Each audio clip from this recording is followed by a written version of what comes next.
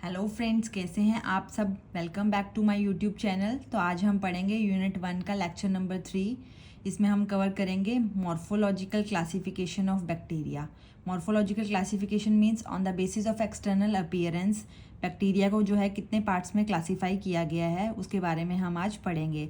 So on the basis of external appearance means बाहर से जो हमारा बैक्टीरिया जो है कैसा दिखता है उसके बेसिस पे जो है हमारे बैक्टीरिया को दो पार्ट्स में डिवाइड किया गया है।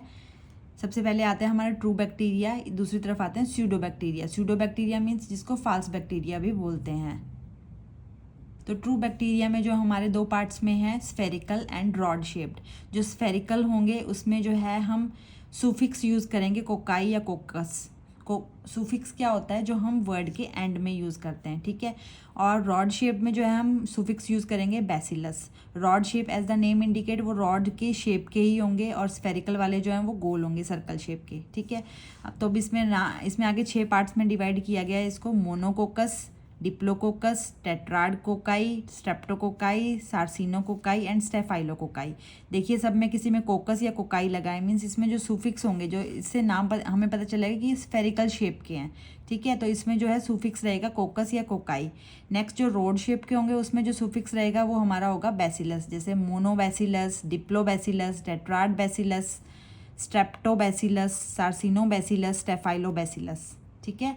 तो ये on the basis of shape जो है इनको अलग अलग नाम दिए गए हैं। दूसरी तरफ आते हैं हमारे स्यूडो या फॉल्स बैक्टीरिया। इसमें आते हैं हमारे actinomycetes, spirochetes, mycoplasma, rickettsia and chlamydia. अब इनके बारे में थोड़ा सा डिटेल में पढ़ेंगे कि ये क्या होते हैं और कैसे होते हैं। तो सबसे पहले आए थे हमारे ट्रू बैक्टीरिया। ट्रू बैक्टीरिया जो थे वो स्फेरिकल शेप के थे, ठीक है, ये हमने पढ़ा ही था। रियल बैक्टीरिया होते हैं ये, इनकी शेप भी जो है वो बैक्टीरिया जैसी ही होगी और इसमें जो सुफिक्स यूज़ करेंगे वो हम कोकाई या कोकस यूज़ करेंगे, ठीक है। और इसको आगे क्लासीफाई किया गया मोनोकोकस, ये मैंने बताया था ना 6 टाइप्स में क्लासीफाई किया है पीछे। तो मोनोकोकस जिसमें जो है हमारा सिंगल कोकाई होगा उसको बोलेंगे हम मोनोकोकस। जिसमें 2 कोकाई होंगे उसको बोलेंगे डिप्लोकोकस। जिसमें जो है ग्रुप में होंगे मीन्स 4 होंगे अगर कोकाई तो उसको बोलेंगे टेट्राडकोकस। आगे आता है स्ट्रेप्टोकोकस। स्ट्रेप्टोकोकस में क्या होगा, हमारे जो कोकाई हैं वो चेन की फॉर्म में होंगे, ठीक है, ऐसे, तो उसको बोलेंगे स्ट्रेप्टोकोकस। नेक्स्ट आता है सार्सिनोकोकस। सार्सिनोकोकस में क्या होगा, हमारे जो है वो 8 होंगे, एक क्यूब की फॉर्म में होंगे, ठीक है, तो ऐसे इसको बोलेंगे सार्सिनोकोकस कोकस, सॉरी। नेक्स्ट आते हैं हमारे स्टेफाइलोकोकस। ये क्लस्टर की फॉर्म में होंगे, जैसे अंगूरों का गुच्छा होता है, ग्रेप्स लाइक स्ट्रक्चर, तो उसको बोलेंगे स्टेफाइलोकोकस। तो हमने ट्रू बैक्टीरिया 2 टाइप के पढ़े थे, स्फेरिकल एंड रॉड शेप पीछे चार्ट में, ठीक है। अब स्फेरिकल हमने कवर कर लिया, अब हम करेंगे रॉड शेप। ये भी रियल बैक्टीरिया है, इनकी शेप भी जो बैक्टीरिया की जैसी रहेगी, लेकिन इसमें जो उनमें सुफिक्स क्या था, कोकाई या कोकस, इसमें सुफिक्स रहेगा बैसिलाई या बैसिलस।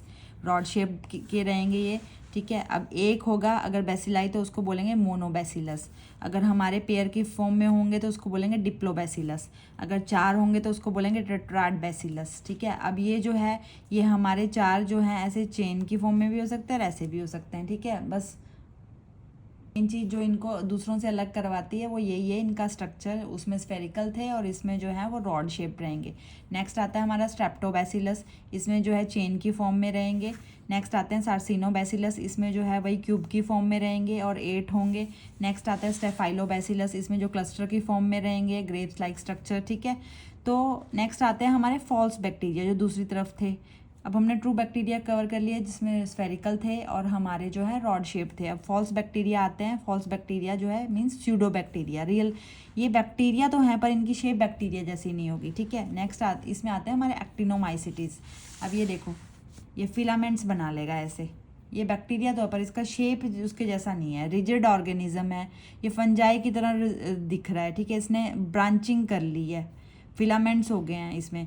ये ग्राम पॉजिटिव होता है, मोस्टली ये कहाँ मिलता है, सॉइल में मिलता है। और इसकी क्या एक अच्छी चीज़ है कि it has ability to produce antibiotic compound. ये एंटीबायोटिक कंपाउंड जो है प्रोड्यूस कर सकता है।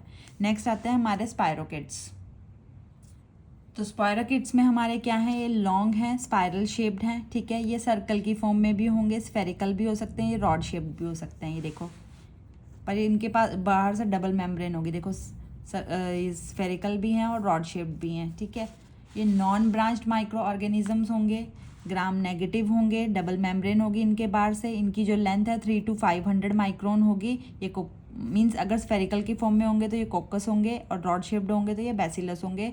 तो ये कोकस भी हो सकते हैं और बैसिलस भी हो सकते हैं और डबल मेम्ब्रेन रहेंगे, ठीक है। ये सीरियस डिजीज़ कॉज कर सकते हैं ह्यूमन बींग्स में, तो ये सीरियस डिजीज़ कॉज कर सकते हैं ह्यूमन बींग्स में, जैसे साइफिलीज वगैरह, ठीक है।